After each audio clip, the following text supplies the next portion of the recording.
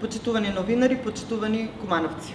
Како председател на Совет на општина Куманово, изберена од мнозинството на Советот, чувствувам обврска на овој прес свикан од мнозинството да ги соочам фактите изнесени од страна на советничката група на СДСМ и коалицијата и директорот на јавната општинска установа Ангел Шајче Марина Лексовска. На 26-та седница на Советот на општина Куманово, трите точки предложени од страна на директорката не беа изгласани од страна на мнозинството. Измените и усогласување на статут со закон, кои беа побарани од нас, се одлуки кои секогаш едногласно се гласани од страна на советниците, но не во услови кога се водат постапки пред надлежните органи. Директорката 8 години чекала да го усогласи статутот и законот. А сега, кога е во прашање незиниот нестатутарен избор, експресно ги поднесува измените до Советот.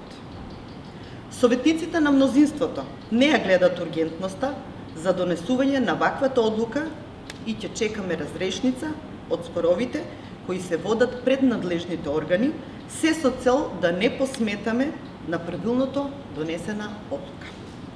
Мнозинството од Совет на општина Куманово никако не е против зголемување на бројот на децата во воспитните групи, затоа што таквите одлуки се носеле низа години наназад. Мнозинството е против барањето на директорката за зголемување на број на деца според проширените капацитети, а кои важеа исклучително во ковид кризата и со допис од МТСП се укинати. Да се подсетиме, тогаш се бараше поголем простор за ист број на деца во групите поради можност од ширење на заразата. Сега тоа би значило сместување на деца во вонстандардни услови, односно во импровизирани простори, преградени занимални ходници, трапезари, користење на заеднички тоалети од страна на различни возрастни групи. Реалниот капацитет на градинката е 1174 деца. Со импровизираните простори, преградените занимални холови, трапезари, за време на ковид кризата, капацитетите се проширени за 1550 деца. Моментално запишани деца се 1809, што значи 635 деца, односно над 50% од капацитетот согласно со пропишаниот норматив. Директорката бара од советниците да дозволат запишување на уште повеќе деца во сите групи, вклучувајќи ги и групите во импровизираните простори. Тоа во превод значи дека воспитно-образовниот процес, исхраната, престојот, одморот ќе биде во една иста просторија, па иако истата била трапезарија и не соодветствува на пропишаните нормативи. Тоа значи дека различни групи на деца ќе користат ист тоалет. Тоа значи дека е можно да се повтори случајот на салмонела, за која се уште немаме разврска, а ниту пак се бара поради заштита на колективното здравје на децата, почести контроли и брисеви. Сите овие показатели значат нарушување на воспитно-образовниот процес, нарушување на здравјето на учениците и најважно нееднаков третман на сите запишани деца. Побаравме од директорката како советници да направиме група која ќе ги посети клоновите од градинката. До сега немаме добиено одговор или покана, туку само напаѓање во јавноста што покажува на голема затвореност на институцијата и некооперативност на директорката.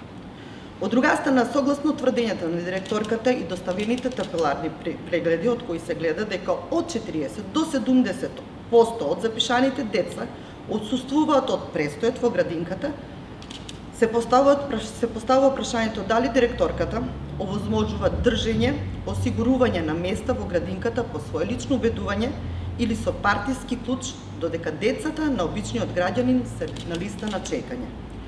Зошто во 20-годишниот мандат на директорката не е надминат овој проблем кој има решение? Во подпишаниот договор со родителите стои дека после 3 неплатени сметки еднострано се раскинува договорот, пошто родителите се влечат по судови, се докажуваат и плаќат уште поголема сума која влегува во буџетот на градинката. Овој договор покажува дека само парите се важни за раководството, а не и опфатеноста на поголем број на деца.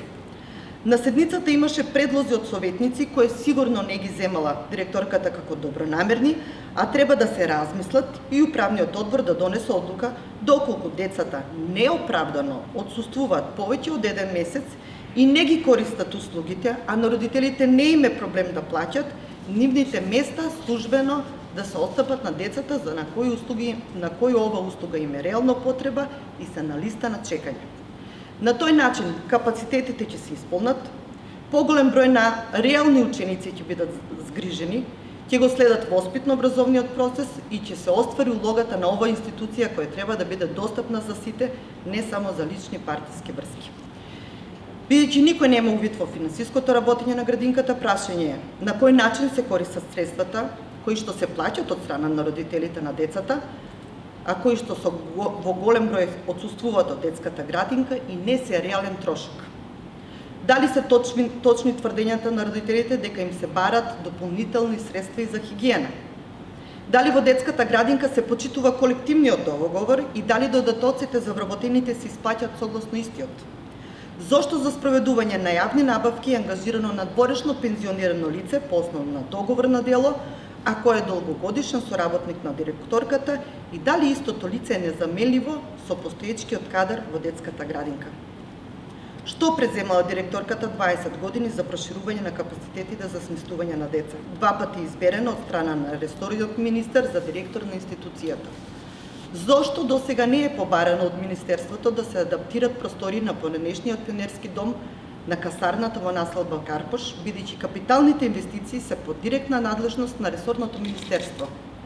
Несоработката со локалните институции, па и со нас, советниците, доведува проблемите наталожени со години во детската градинка да не се решава систематски, туку да се користат во дневна политика на грбот на децата и родителите. Директорке, време е да се ставите во функција на родителите и децата, а не во функција на партијата, а ние како советници сме на располагање за соработка. Време е сите објекти кои се под МТСП да се стават во служба на децата и родителите. Време е да се зафатите за вистинска менаџерска работа или да отстапите место на помлад кадар кои ќе имат и идеја и енергија да спроведат поголеми зафати во интерес на градот, на децата и на родителите. Благодарам.